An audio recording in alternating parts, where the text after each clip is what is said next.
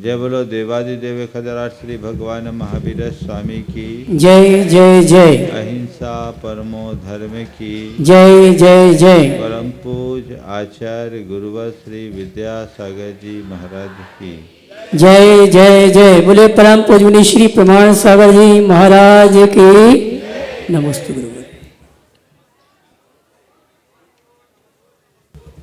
नदी के धार में दो तिनके बह रहे थे। एक उसकी धारा को रोकने के प्रयास में उससे जूझ रहा था और दूसरा बड़े अहोभाव से भरकर कि नदी सागर तक की यात्रा में निकली है, चलो मैं भी इसके साथ कुछ सहभागी बन जाऊं, बहा जा रहा था। थोड़ी देर बाद नदी में लहर का एक वेग उठा और नदी से जूझने वाला तिनका उसके प्रवाह में छत विक्षत होकर बाहर जा फेंका। लेकिन जो दूसरा तिनका उसकी धारा में साथ जुड़कर बह रहा था, वह सागर तक पहुंच गया। हमारा जीवन भी ऐसे ही तिनके की भांति है। दो तरह के लोग हैं जो अपने तरीके से अपना जीवन जीते हैं। कुछ लोग हैं जो समय की धार से जूझते हैं और कुछ लोग हैं जो समय की धार में बहते हैं। समय की धार से जूझने वाले लोग छत विक्षत हो जाते हैं और समय की धार के साथ बहने वाले लोग अहोभाव से भरकर जीवन का रस लेते हैं। हमें तय करना है कि हमें जीवन कैसे जीना है। जो तुम्हारे जीवन में है उसे स्वीकार करके जीना चाहते हो या उसका प्रतिकार करके? बोलो। हाँ, स्वीकार करके कहते रहे, स्वीकार करके। पर अभी तक जीवन में जो है वो पूरी तरह स्वीकार है। हर व्यक्ति के अंदर उतरेंगे तो ये पाएंगे कि वह अपने जीवन की वर्तमान व्यवस्था से संतुष्ट नहीं है। असंतुष्टि असंतुष्टि आकुलता का कारण है। ऐसा क्यों हो गया, वैसा क्यों हो गया, ये क्यों नहीं हुआ, वो क्यों नहीं हुआ, यही चलता है ना। उसको इतना क्यों, मुझे क्यों नहीं, ये मन में आता है। इससे क्या मिलता है? इससे क्या मिलता है? आकुलता, इसके अलावा और कुछ नहीं। ये राग द्वेष के जनक है, चित्त को व्यग्र और बेचैन बनाने वाले कारक है। हासिल कुछ भी नहीं होता, खोता सब कुछ है। संत कहते हैं सहज भाव से जीने के आदी और अभ्यासी बनो। जो हो रहा है उसे जानो और देखो, उसका रस लो, उसका आनंद लो। जीवन में ऐसी आध्यात्मिकता की प्रतिष्ठा करो कि चाहे जो कुछ भी हो मन विचलित ना हो। हम लोग मेरी भावना में दो पंक्तियां पढ़ते हैं। होकर सुख में मग्न न फूलूं, दुख में कभी न घबराऊं, इष्ट वियोग, अनिष्ट योग में सहनशीलता दिखलाऊं। बस इन्हीं दो पंक्तियों के अर्थ को चरितार्थ करने का नाम ही तो धर्म है। बहुत बड़ा पुरुषार्थ है। क्या हम ऐसा कर पाते हैं? क्यों नहीं कर पाते? ऐसा केवल इसलिए नहीं कर पाते क्योंकि हमारे अंदर वैसी दृष्टि ही प्रकट नहीं हुई। सही दृष्टि को उद्घाटित कीजिए।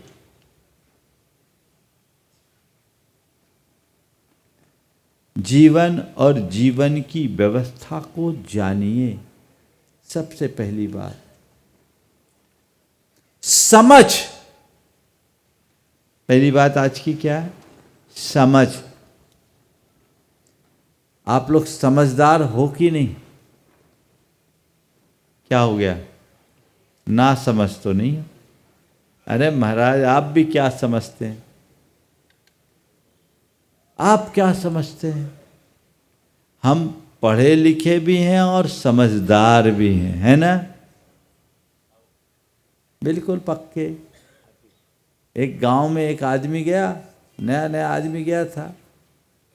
उसको पूछ रहा था कि भैया जैन साहब का घर यहीं है? तो बोला जैन साहब का गांव यही है? बोला हाँ। फिर आगे बढ़ा, बोला क्यों जैन साहब का गांव यही है? बोला है। हाँ। फिर किसी से बोला क्यों जैन साहब का यही घर है? बोले हाँ। बोले क्या जैन साहब यहीं रहते हैं? बोले है। हाँ। घबरा अक्षकाया। कोई बोल रहा हाँ, कोई बोल रहा है हाँ। ये हाँ और हाँ क्या? नया आदमी था, वो जानता नहीं था। कोई बोलता हाँ, कोई बोलता हाँ। क्या मामला है? बोले इस गांव में दो तरह के लोग हैं, कुछ पढ़े लिखे हैं, कुछ गैर पढ़े लिखे। जो पढ़े लिखे वो हाँ बोलते हैं और जो गैर पढ़े लिखे वो हाँ बोलते हैं, है ना? तो आप लोग समझदार हो कि नहीं? हाँ हाँ में ही मजा है। और मैं बोलता हूं ऐसी जगह थोड़ी देर के लिए अपड़ बन जाओ, ज्यादा अच्छा है। आनंद बना रहना चाहिए। बात समझ की है। जीवन और जीवन के व्यवस्था की समझ है। कितनी समझ है? आपको अपने व्यापार की समझ हो सकती है,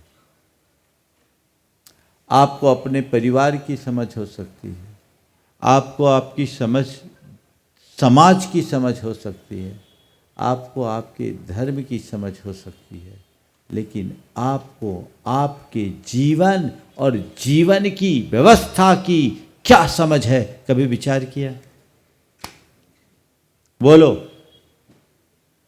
जीवन की क्या समझ, जीवन के व्यवस्था की क्या समझ? संत कहते जब तक जीवन और जीवन की व्यवस्था को नहीं समझोगे तुम्हारी अवस्था नहीं बदलेगी। बोलो जीवन क्या है? क्या है जीवन? हाँ, पानी की बूंद, है ना? मुंह से बोल रहे हो क्या अंदर से? बोलो। बोल तो देते जीवन है पानी की बूंद, लेकिन अंदर लगता है जीवन क्षण भंगुर है, पल में बिखर जाए, कोई पता नहीं। अभी मंच पे आते आते बता रहे, अभी हर्ष भाई मुझे बता रहा था कि कल एक 25 साल का लड़का कुत्ते के रोटी खिलाते खिलाते चल बसा। ये तो आजकल तो ऐसा हो रहा है जैसे स्विच ऑफ हुआ गया, एक क्षण में गया, देखते ही देखते गया, एक पल का विलंब नहीं। कोई के बारे में नहीं कह सकते हम कि अगली सांस आएगी या नहीं। तो जो पल भर में नष्ट हो सकता है, जिसका क्षण भर का भी ठिकाना नहीं, जो एकदम टेम्परेरी है, उसके लिए फिर इतनी मशक्कत क्यों? इतना राग रंग क्यों? इतना ताम झाम क्यों? ये सब प्लानिंग किसके लिए? जीवन नश्वर है, जीव अमर है। तुम नश्वर जीवन के प्रति सचेत हो, शाश्वत जीव को तो पहचानो।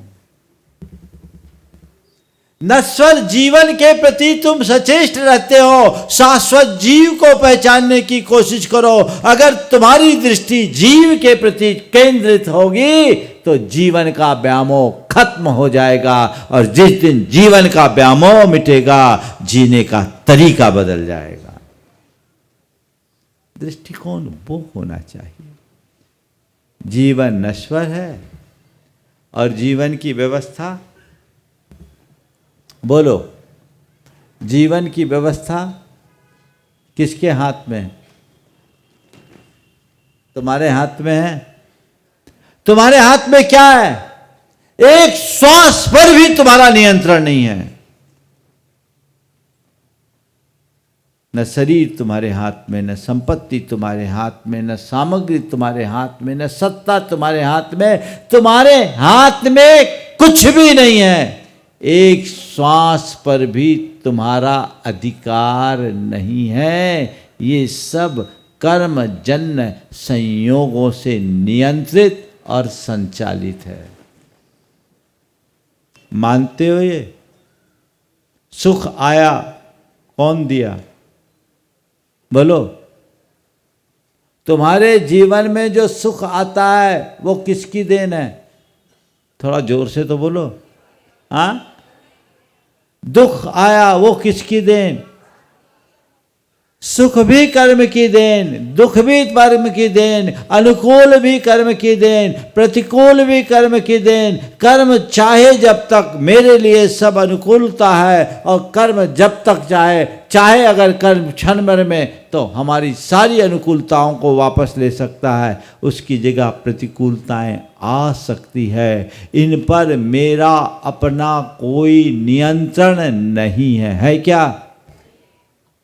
बोलो, है इस धरती पर कोई भी ऐसा जीव जो कहे पूरा कर्म मेरी मुट्ठी में? कह तो देते हो आजकल, कर लो दुनिया मुट्ठी में। दुनिया को मुट्ठी में भले कर लो, लेकिन कर्मों को कोई मुट्ठी में नहीं कर सकता, क्योंकि सारा संसार कर्म की मुट्ठी में है। उसने पहले ही तुम्हें मुट्ठी में जकड़ रखा है। उस मुट्ठी से बाहर निकलने का प्रयत्न ही तो मोक्ष पुरुषार्थ है। और क्या है? सब कर्म के द्वारा नियंत्रित है, कर्म के द्वारा संचालित है। ये तुम्हें मालूम है या नहीं? इस सिस्टम को समझ लो। मेरे चाहने से कुछ नहीं होता, वही होता है जो कर्मों का योग होता है। इस व्यवस्था को समझने वाला पल भर भी विचलित नहीं होता। मैना सुंदरी को यही श्रद्धांत था ना, ये समझ थी, जो मेरे कर्म का संयोग होगा सो होगा। और वो जानती थी कि ये संयोग भी ऊपरी, आत्मा में तो न कुछ आना है न जाना है, वहां कुछ भी परिवर्तन नहीं। वो शाश्वत ध्रुव तत्व है, उसमें कोई फेरफार नहीं है। और बाहर जो संयोग बधा है सो बधा है। मेरे लिए मेरा पति यदि कोढ़ी है तो वही मेरे लिए कामदेव है, क्योंकि कोढ़ी भी पति भी परमेश्वर है। ये हमारी संस्कृति का आदर्श है। और मेरे कर्म का योग यदि है तो मैं इसे स्वीकार करती हूँ। आज कोढ़ी है, कल कंचन वर्णी भी बन सकता है, और आज का कंचन वर्णी कल कोढ़ी भी हो सकता है। ये संसार की वास्तविकता है, अब मैं इसे समझती हूँ, इसलिए मेरे लिए कोई फर्क नहीं। तुम्हारे लिए कोढ़ी हो सकता है। मैना सुंदरी के लिए क्या था? श्रीपाल कोढ़ी थे कि उनका पति, और उसने अपने इसी श्रद्धान के बल पर उसे स्वीकारा, और बाद में कोढ़ी को भी कंचनवर्णी कामदेव के रूप में परिणत कर दिया। ये तो खेल है। समझ अगर हो गई, जीवन के व्यवस्था की सही समझ हो जाए तो इष्ट के वियोग में, अनिष्ट के योग में, अनुकूलता और प्रतिकूलता में हर्ष विषाद कभी नहीं होगा। सारी आकुलता खत्म, सारी हाय हाय समाप्त, तुम्हारा सारा प्रलाप मिट जाएगा, तुम्हारा विलाप मिट जाएगा। अभी तो पल पल में ऐसा वैसा ऐसा वैसा, ये सब क्या है? इस व्यवस्था को समझिए। अभी आप लोग जमीन में बैठे बैठे, साधारण सी फर्श है, सुख से बैठे कि नहीं? बोलो, हाँ, सुख से बैठे। इसका मतलब जमीन में बैठने में सुख मिलता है? हाँ, मिलता है? बोलो। तो घर से सोफा हटा देना। क्या हो गया? बोलो। यहां तुम जमीन में बैठे हो, बड़े मजे से बैठे हो, तुम्हें अच्छा लग रहा है, कोई फर्क नहीं पड़ रहा है। और मान लो तुम किसी के घर गए और वहां वो तुम्हें चटाई पे बिठाए, बैठ जाओगे? बैठ जाओगे, बशर्ते वो खुद भी चटाई पे बैठा। वो बैठा चटाई पे बैठा है, भाई वो बैठा है चटाई पे, मैं भी बैठूंगा चटाई पे। लेकिन सामने वाला तो सोफा पे बैठा हो और तुम्हारे लिए मखमली कालीन भी नीचे बिठाया हो और कहे कि बैठिए, तो बैठोगे क्या? क्या हो गया? यहां सामान सी चटाई पे तुम मजे में बैठे हो, वहां मखमली कालीन भी तुम्हें पसंद नहीं आ रही, क्यों? क्यों? इसलिए क्योंकि आपने इस बात को अच्छे से समझ लिया कि महाराज के प्रवचन में आया हूँ, धर्म सभा है, धर्म सभा का यही सिस्टम है, चटाई पर बैठना, जमीन पर बैठना, सो बैठा हूँ। यदि कुर्सी पर बैठना भी है तो पीछे बैठना पड़ता है, ये यहाँ का सिस्टम है। कुछ लोग सिस्टम तोड़ के आगे आ जाते हैं। सिस्टम में रहोगे तो आनंद में रहोगे, समझ गए? तो जमीन, बात बात में बहुत बात भी तो मुझे करनी पड़ती है। तो आप जमीन में आनंद से बैठे हैं क्योंकि ये यहां का सिस्टम है।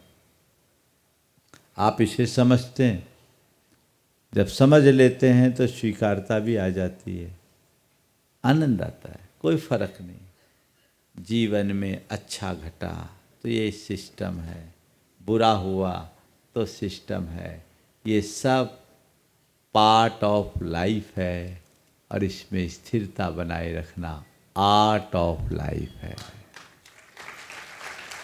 यही आर्ट है, स्थिरता बनाओ, समझो। समझदार कौन? कबीर से किसी ने पूछा कि समझदार की परिभाषा बता दो। कबीर जी ने कहा, समझा समझा एक है, अनसमझा सब एक।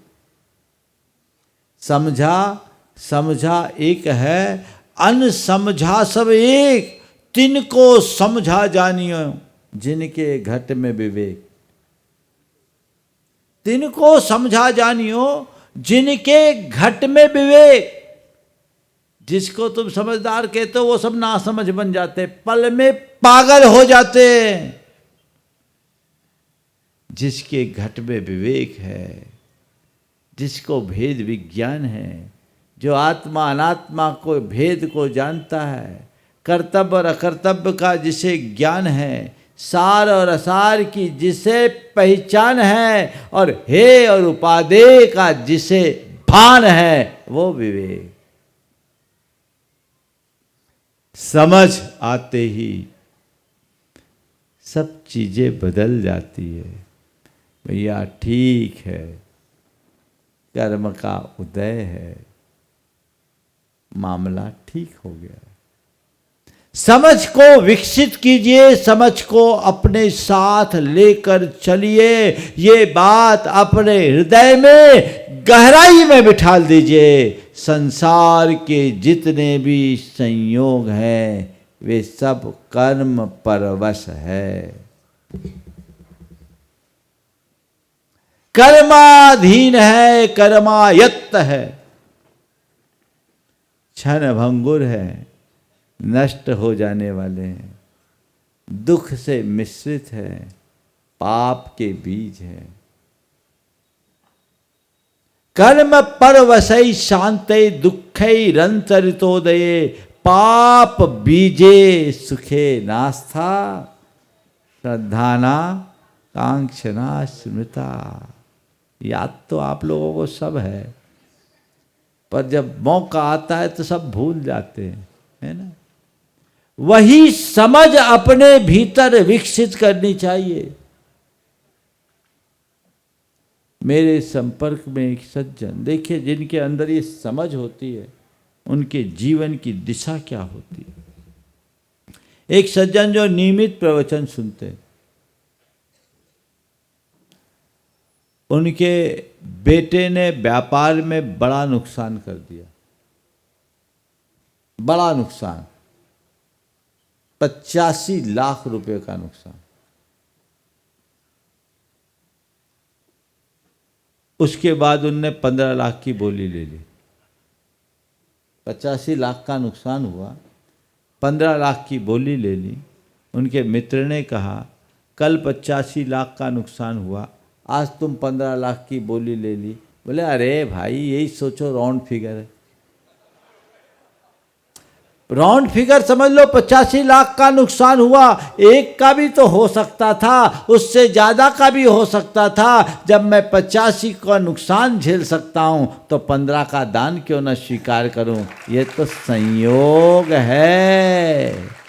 और उसने अपने मित्र को समझाते हुए कहा ध्यान रखो, ये अपना भ्रम है कि पैसे मेरी कमाई का फल है। हकीकत तो पैसा संयोग का परिणाम है। जब तक अनुकूल संयोग है पैसे की रेलम पेल होगी, और जिस दिन संयोग बदल जाएगा पूरे जीवन का खेल बदल जाएगा।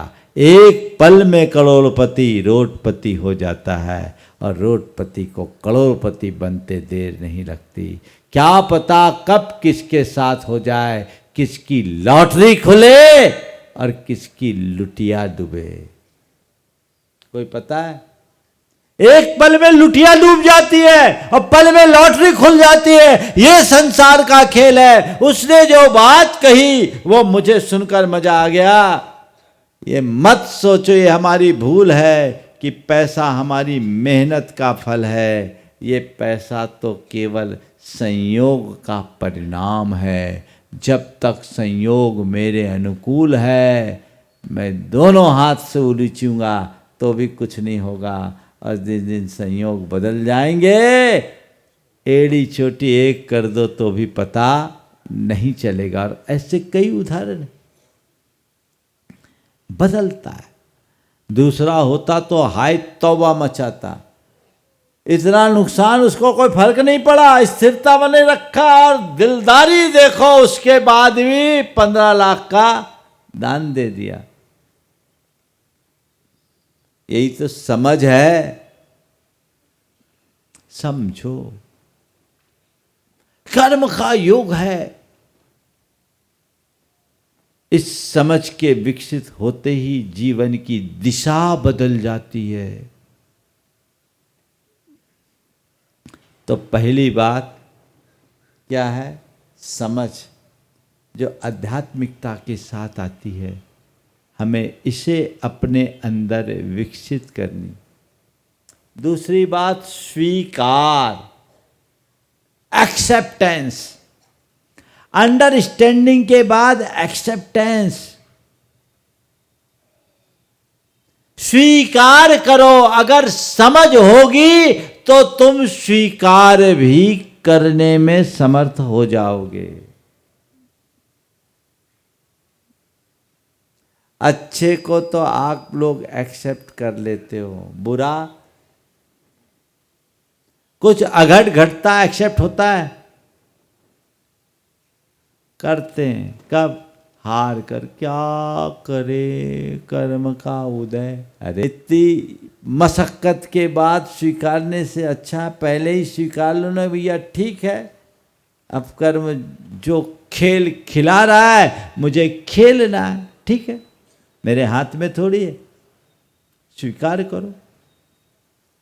महाराज फिर क्या अपनी तरफ से कुछ भी उद्यम ना करें, ध्यान रखो, प्रयत्न करो, लेकिन जब देखने लगे, जब तक चीज़ों पर तुम्हें तुम्हारा नियंत्रण दिखे तुम पूरी कोशिश करो, और जब चीज़ें नियंत्रण से बाहर होने लगे उसके आगे समर्पित हो जाओ, अपने आप को सरेंडर कर दो, स्वीकार कर लो, यही मेरे भाग्य में है, यही मेरे नसीब में है, किंचित भी आकुलता नहीं होगी, पल भर को भी परेशान नहीं हो सकोगे।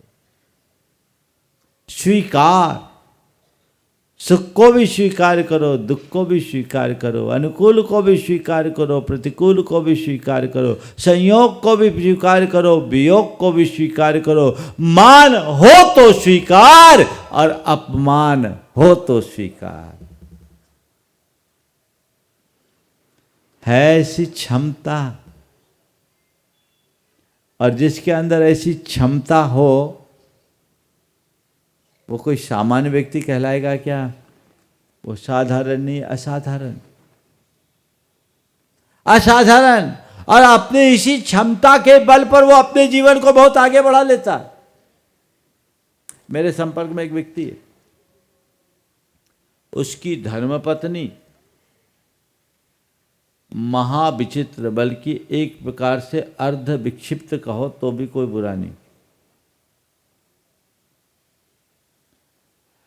पति पूरा धर्मात्मा, विशुद्ध धर्मात्मा, और पत्नी घोर अधर्मी, शकीली, और पति को बात बात में परेशान करने वाली। एक दो बार तो थाना भी चले गए। पूरे गांव के लोग उसको देखकर उस पर तरस खाते कि आज भी कितना दुखी है, इसकी पत्नी कैसी है। एक दो लोगों ने उसे सलाह दिया कि भैया इससे अच्छा तो डाइवोर्स ले लो। बोले डाइवोर्स तो हमारे धर्म में लिखा नहीं।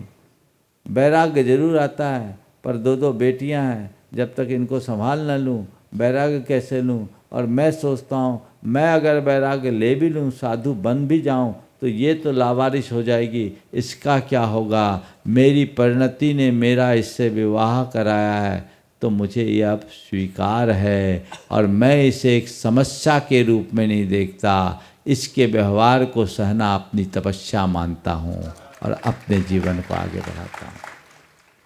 समस्या को तपस्या बनाया जा सकता है यदि स्वीकारता हो। आज भी वो व्यक्ति मल्टीनेशनल कंपनी में काम करने वाला और बड़े आनंद से, दूसरा होता तो पता नहीं अभी तक कितनी पत्नियां बदल लेता। और आजकल तो ये आम हो गया, अब तो कपड़ों की तरह पति पत्नी बदलने लगे, है ना। कुछ भी नहीं, कोई गंभीरता नहीं। एक महिला महंगे आभूषण और कीमती कपड़ों में दिखी, उसकी सहेली ने उसको देखा और पूछा क्या बात है भाई, आज तो तुम बहुत अच्छे कपड़े और बहुत महंगे आभूषण पहनी हो, क्या मामला है? तुम्हारे पति ने बिजनेस बदल लिया, उनकी अर्निंग बढ़ गई। बोले बिजनेस छोड़ो, मैंने अपना पति बदल लिया। पति बदल दिया, अब उसको क्या कहेंगे। स्वीकार भाव अपने मन में जगाने का अभ्यास कीजिए। समझ के साथ यदि स्वीकार विकसित होता है तो कभी कोई कठिनाई नहीं। बोलो अंजना ने क्या किया था? अंजना के अंदर समझ थी, उसने स्वीकार किया ना। इस स्वीकार ने अंजना को पराक्रमी बना दिया। अबला होने के बाद भी सबल हो गई। देखो पेट में तद्भव मोक्षगामी हनुमान आया हुआ है, कितना पुण्यशाली जीव। लेकिन ये संसार की विचित्रता कैसी है, उस पुण्यशाली जीव के आने से ही उसके लिए आफत आ गई। पति के घर से बाहर निकाल दिया गया, पिता के दरवाजे पहुंची, पिता का दरवाजा भी उसके लिए बंद हो गया। ये कर्म का खेल है। आप लोग गीत गाते हो मित्र हरि बन जाते जगत में अशुभ कर्म के आने से, आप लोग बोलते हो। पल में खेल बदल जाता। अब क्या की, रोई गाई, आरजू मिन्नत की, डिप्रेशन के शिकार हो गई, सुसाइड का अटेम्प्ट किया, क्या किया? अंजना समझ गई सारी करामात कर्म की है, ये खेल कर्म खिला रहा है। ठीक है, कर्म यही चाहता है तो मैं इसे स्वीकार करती हूं। अरे कर्म ले चल, तू जहां ले चलना चाहता है। मैं निर्दोष हूं और मुझे पता है जब तक मेरी आयु है और मेरे पेट में रहने वाले जीव की आयु है तब तक मुझे कोई हिला नहीं सकता, और आयु पूरी होने के बाद कोई जिला नहीं सकता। और जाएगा तो ये तन जाएगा, मेरे चेतन का तो बाल बांका भी नहीं हो सकता। चलो, इसी समझ और स्वीकार भाव के कारण उसके अंदर असाधारण पराक्रम प्रकट हुआ। कल्पना कर सकते हो कि कोई राजकुमारी अबला, गर्भवती अबला एकाकी वन कांतार में जाने के लिए उद्यत हो जाए,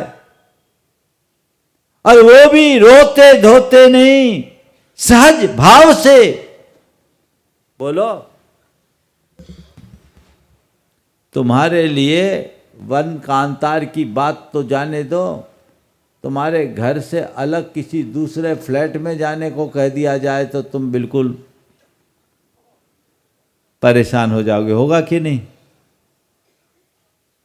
अंजना गई, आप सबको पता है कितने बेआवान जंगल में गई और रही, पूरा 9 महीना निकाला, और वहीं उसने प्रसूति की।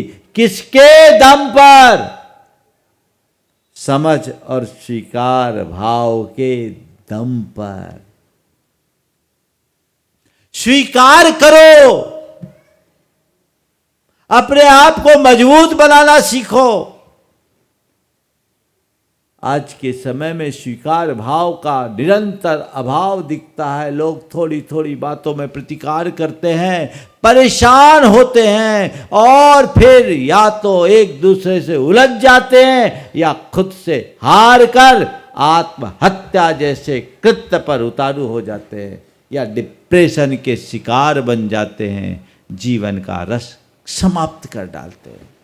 नहीं, धर्म यही मददगार बनता है, यही धर्म की महिमा है, यही अध्यात्म का आधार है कि भाई कुछ भी हो जाए घबराओ मत, भले काली रात हो प्रभात होगा, सुबह होगा, सुबह होगी, उसकी चिंता मत करो। और रात के बाद तो प्रभात ही है ना, ठीक है।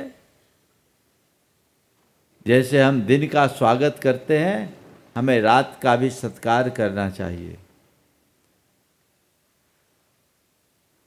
हम लोग हैं जो दिन के स्वागत के लिए तो तत्पर रहते हैं, रात का सत्कार करना नहीं जानते, लेकिन ये भूल जाते हैं कि रात के बिताए बिना सूरज का उगना संभव नहीं होता। तो हमें रात को बिताने के लिए भी तैयार रहना चाहिए। पुण्य का अभिनंदन करने वाले लोगों को पाप का भी सत्कार करना सीखना चाहिए। इसीलिए कहते हैं पुण्य पाप फल माई, हरख विलखो मत भाई, यह पुद्गल पर जाए, उपज बिन से थिर नाही।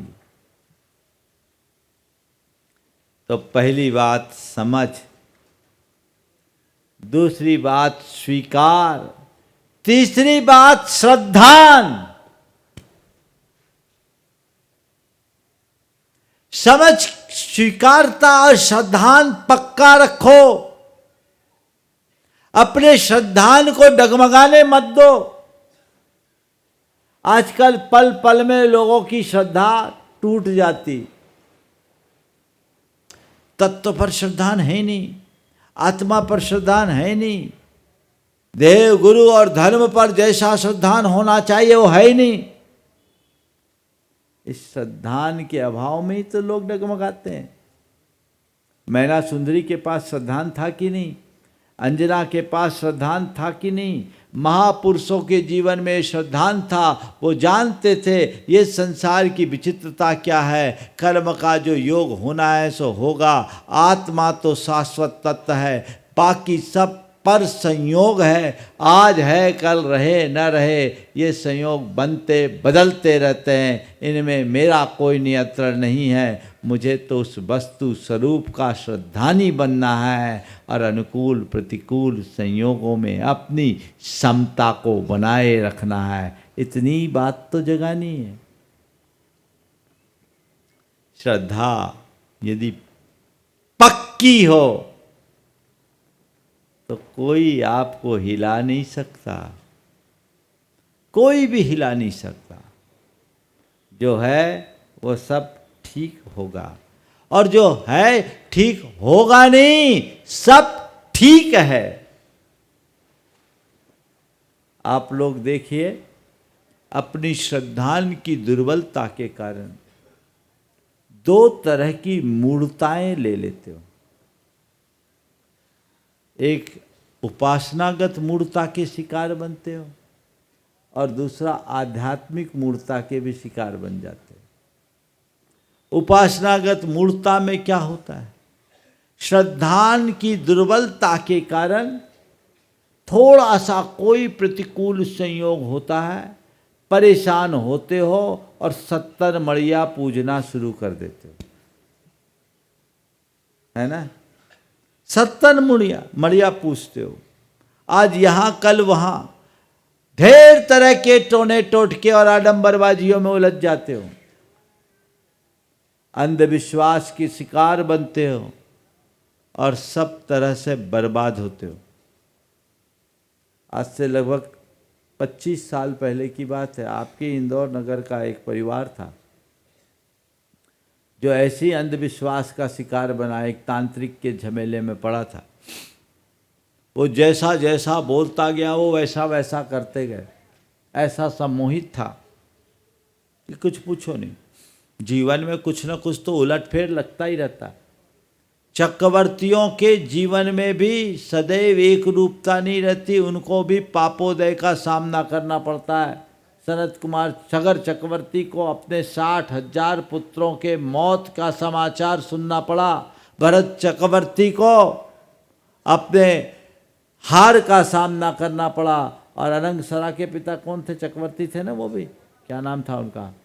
अनंगसरा के पिता, जिन्हें अपनी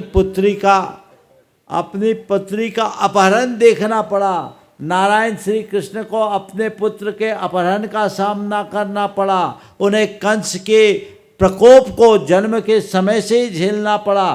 क्या क्या नहीं करना पड़ा। जन्म के पहले से ही उनके सामने संकटों का सामना करना पड़ा। ये चीज़ें तो होती है। इस तरह के संयोग वियोग बने रहते हैं। कर्म का खेल है, कर्म खेल खिलाता है। जिनका श्रद्धान पक्का होता है वो उसका सामना करते हैं, और जिनका श्रद्धान कमज़ोर होता है, अब मेरे ऊपर विपत्ति आ गई, अब मेरे ऊपर बीमारी आ गई, अब मेरे साथ ये विषमता आ गई, ये मेरे लिए ये वियोग हो गया, अब क्या करे, ये कैसे रुके, इसे कैसे ठीक करे। चलो इसको पूजो, उसको पूजो, इसके पास जाओ, उसके पास जाओ, इस टोना टोटका के चक्कर में लगो, इस फकीर के पास जाओ, इस बाबा के पास जाओ, इस गुनिया के पास जाओ, इस ओझा के पास जाओ। यही तो करते हो तुम लोग। होता क्या है? सब गड़बड़। वो परिवार ऐसे एक तांत्रिक के चक्कर में फंसा था, वो जो बोलता गया करता गया। स्थिति ये बनी कि उसने उनको पूरी तरह से एक्सप्लॉइट कर रहा था अंदर अंदर, इनको पता नहीं था। व्यापार में एकदम से घाटा हुआ, रातों रात उनको इंदौर छोड़कर भागना पड़ा। अच्छा खासा परिवार था, रातों रात भागा। मेरे पास आए, अपनी पूरी व्यथा कथा सुनाई। हमने कहा भैया तुम गलत ट्रैक पे चले गए, परिणाम तो ये निकला है।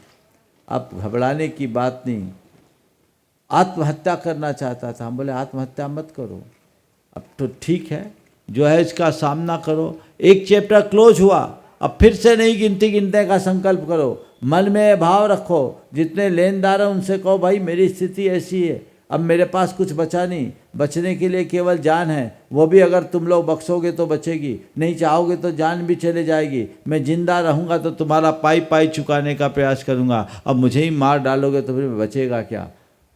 सामना करो, घबराओ मत, नए सिरे से काम करो।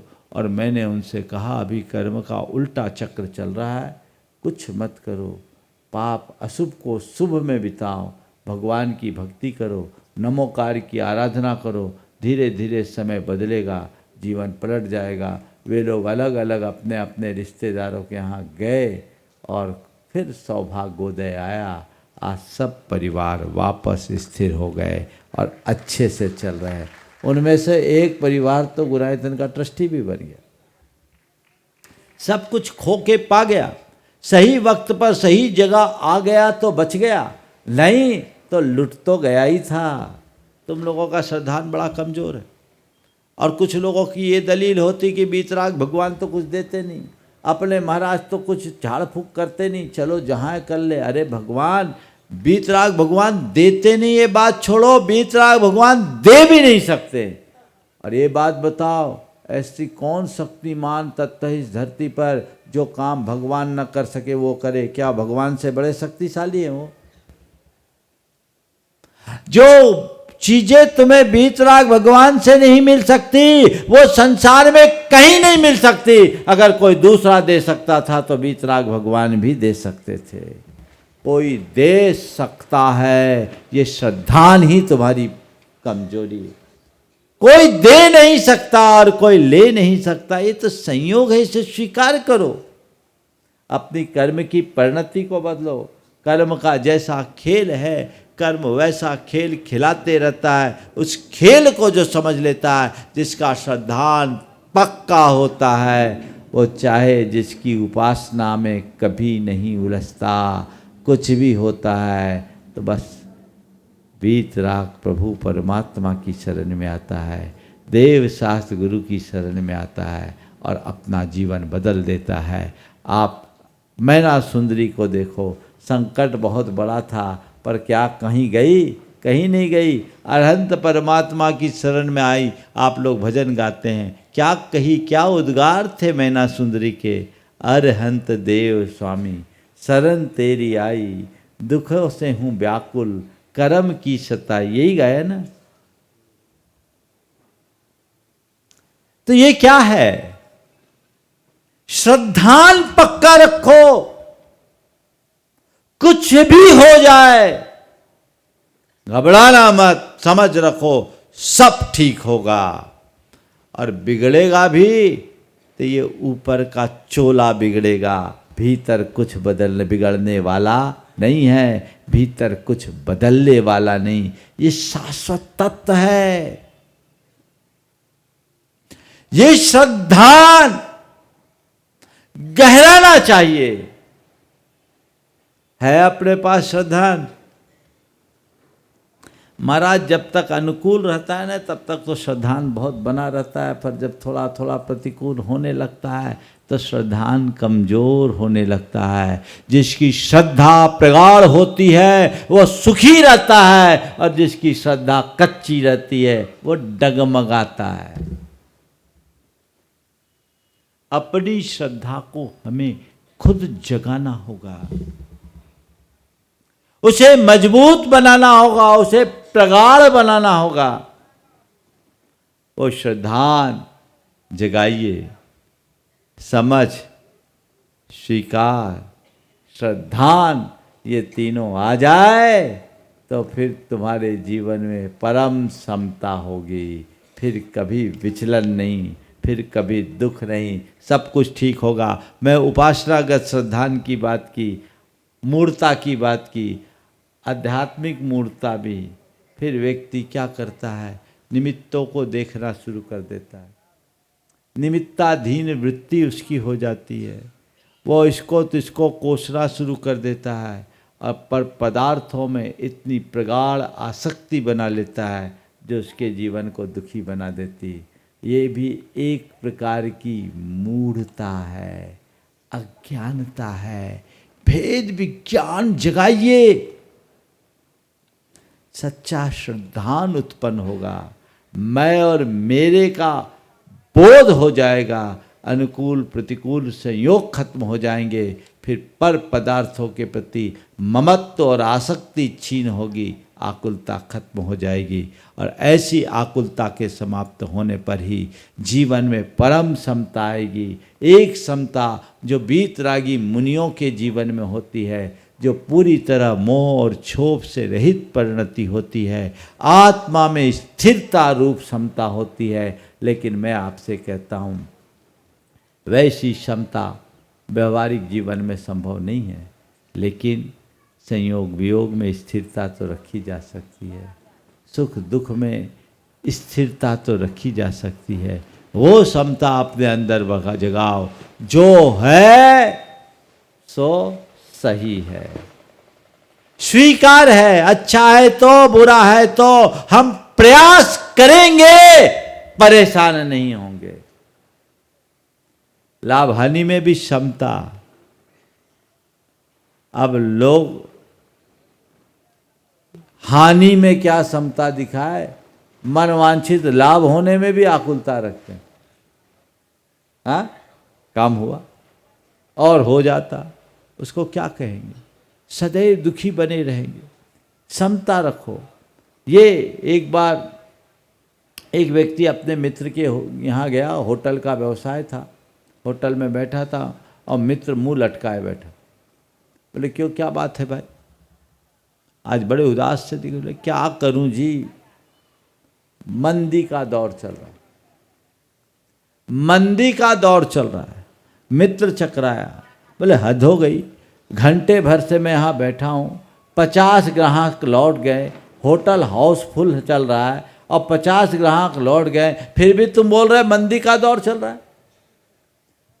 हाउसफुल होटल है, 50 ग्राहक लौट गए और तुम बोल रहे मंदी का दौर चल रहा है। बोले इसीलिए तो मैं दुखी हूं, क्योंकि कल तक 100 लौटते थे, आज 50 ही लौटे।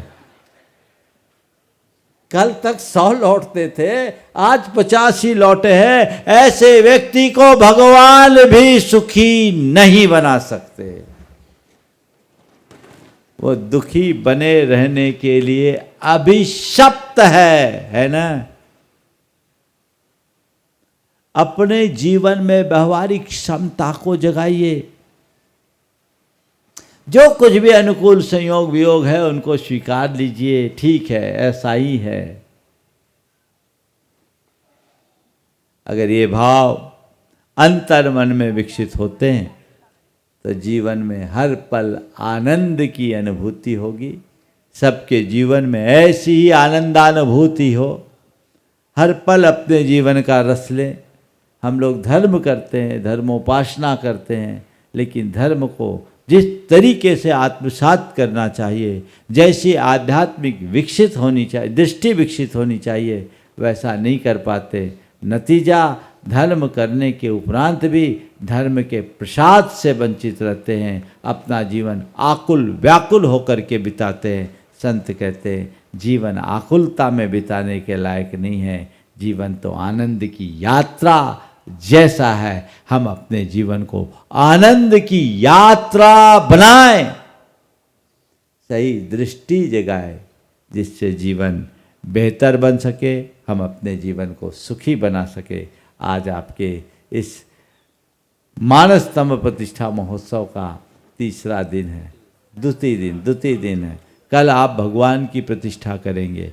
भगवान को मानस स्तंभ में विराजमान करने के साथ साथ यदि इन बातों को आपने अपने हृदय में प्रतिष्ठित कर लिया तो मान करके चलना, आपके जीवन को आप ऊंचाई तक पहुंचा सकेंगे। सदैव आनंद और सुख के साथ जीने के आदी और अभ्यासी बन सकेंगे। समय हो गया है, इसलिए यहीं पर विराम। बोलिए परम पूज आचार्य गुरुवर श्री